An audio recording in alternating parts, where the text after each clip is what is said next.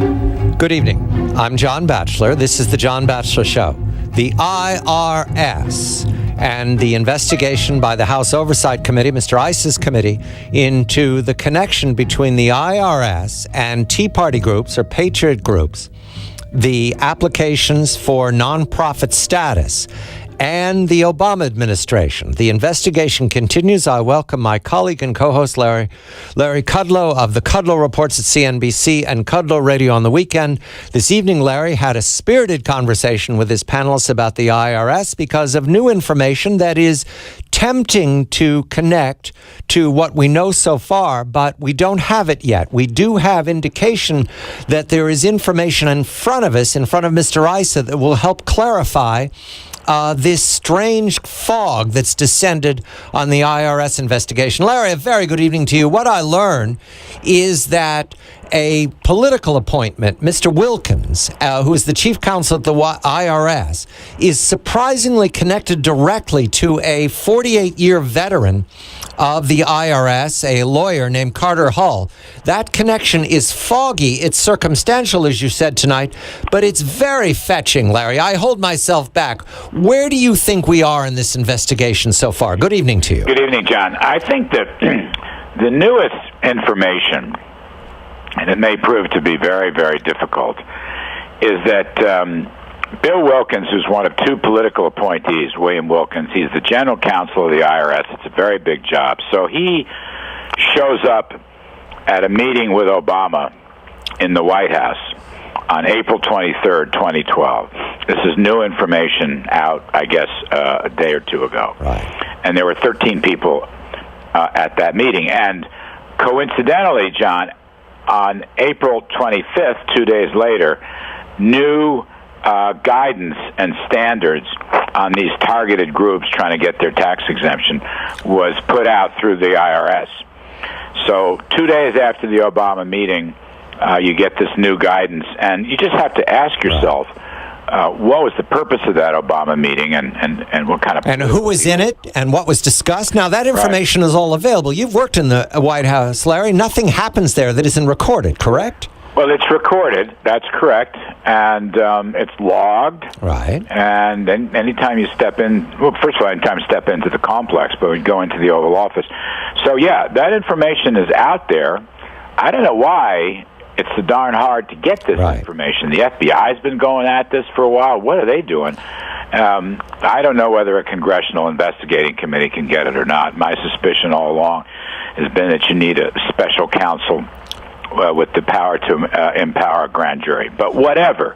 The point is, this guy Wilkins, who's a political guy, was in this meeting, and 2 days later the guidelines changed. Actually, we don't even know yet how the guidelines changed. That isn't clear either. All we know is that a new circular was put out. And Carter Hull, his testimony before the House Oversight Committee some week ago, said that he was struck by the fact that Lois Lerner, who has infamously taken the Fifth Amendment, directed him to send some of these applications or to communicate with the Chief Counsel's office. And it was his opinion that the Chief Counsel's office got involved in a way that he found unusual. That's all suggestive. It's not proof of anything, Larry, but it's odd that the names come up and that the link is to a man, Wilkins, at the IRS counsel, who has a direct relationship to the president. He's an attorney, but Larry, what I've learned is this is a partisan. He's a man who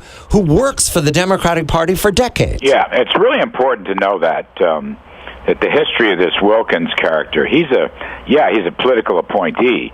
But he's not your basic nerdy tax accountant type that you might expect to run the general counsel's office of the IRS. I mean, when I worked in the government, the IRS at all levels, it's kind of a nerdy group. I mean, that's what they are. They're tax accountants.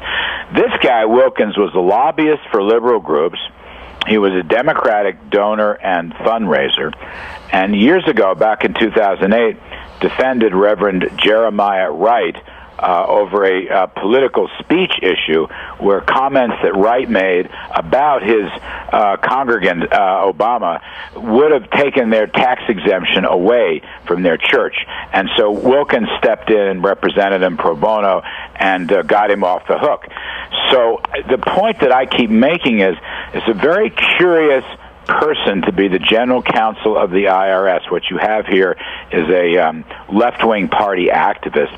And therefore, when he goes into a White House meeting, the Oval Office meeting, it's quite true we don't know what occurred then, but you just have to raise your eyebrows. Carter Hull says that he met with 3 attorneys from the chief counsel's office. We're told there are 1,600 attorneys or workers in the chief counsel's office.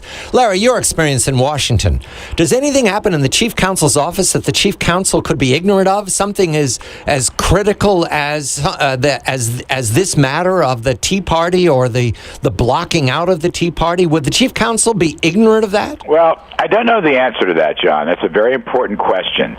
And there are many layers of lawyers in the counsel's office. And the argument that Wilkins' people is making is that Hull and others were, 3, 4, 5, 6 layers below the general counsel. We don't know that, but that's what they're saying. That's where we started, Larry. Remember when it was just a couple of people in Cincinnati? Very far from Washington, D.C., very far from the chief counsel's office, very far from the White House. Well, we had evidence a while back that Wilkins or somebody from his office, a deputy, attended a meeting in 2011. In the summer of 2011, a Lois Lerner meeting, I might add. This is in the IG's report, yes. And this was in the IG's report, that's right. And no one ever really ran that down. No one ever really pursued that because there's where a guy like Wilkins sends a representative to a meeting. The representative's going to come back and report. Okay, so I don't believe for 1 minute that Wilkins was not knowledgeable.